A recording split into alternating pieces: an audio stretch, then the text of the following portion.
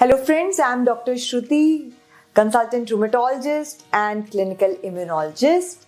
आज हम एक बड़े ही सिंपल क्वेश्चन का आंसर करने वाली. So 90% of the patients who come to me for rheumatoid या किसी भी autoimmune disorder से आते हैं, they have two questions. पहला, अगर उनके किसी पेरेंट को है तो they will ask, वो अपने पेरेंट्स के साथ आते हैं, उन्हें लेके आते हैं या अकेले भी आते हैं. So they ask कि मेरी मदर को ये डिसऑर्डर है, कहीं मुझे तो नहीं हो जाएगा. Second question, when the female patients come, they come and ask, और इवन मेल, ये डिसऑर्डर मुझे है, कहीं ये मेरे बच्चे में तो नहीं हो जाएगा.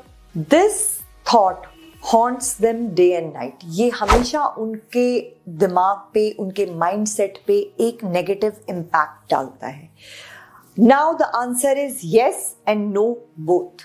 सो I give a very simple example. किसी के पेरेंट्स को डायबिटीज है, suppose they have 4 kids. Will all kids get it? No. 2 may get it, 1 may get it, 3 may get it, right? But the tendency is there.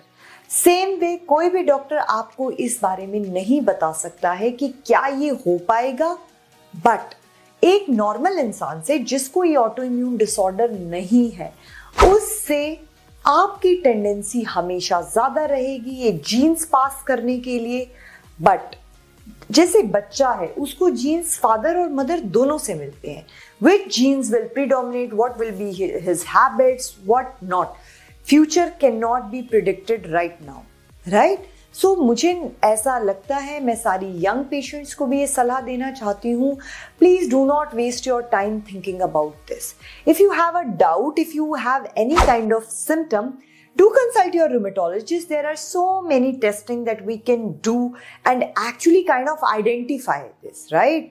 So हम ये कर सकते हैं और आइडेंटिफाई कर सकते हैं. इसके बारे में just keeping on thinking about this and stressing yourself is not the answer to it.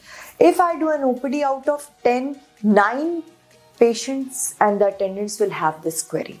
So मैं आपको ये बताना चाहती हूँ कि ये एक फ्रूटलेस एक्सरसाइज है. Please don't do it. अगर आपको कभी भी कोई सिम्टम आता है, do visit, get yourself check.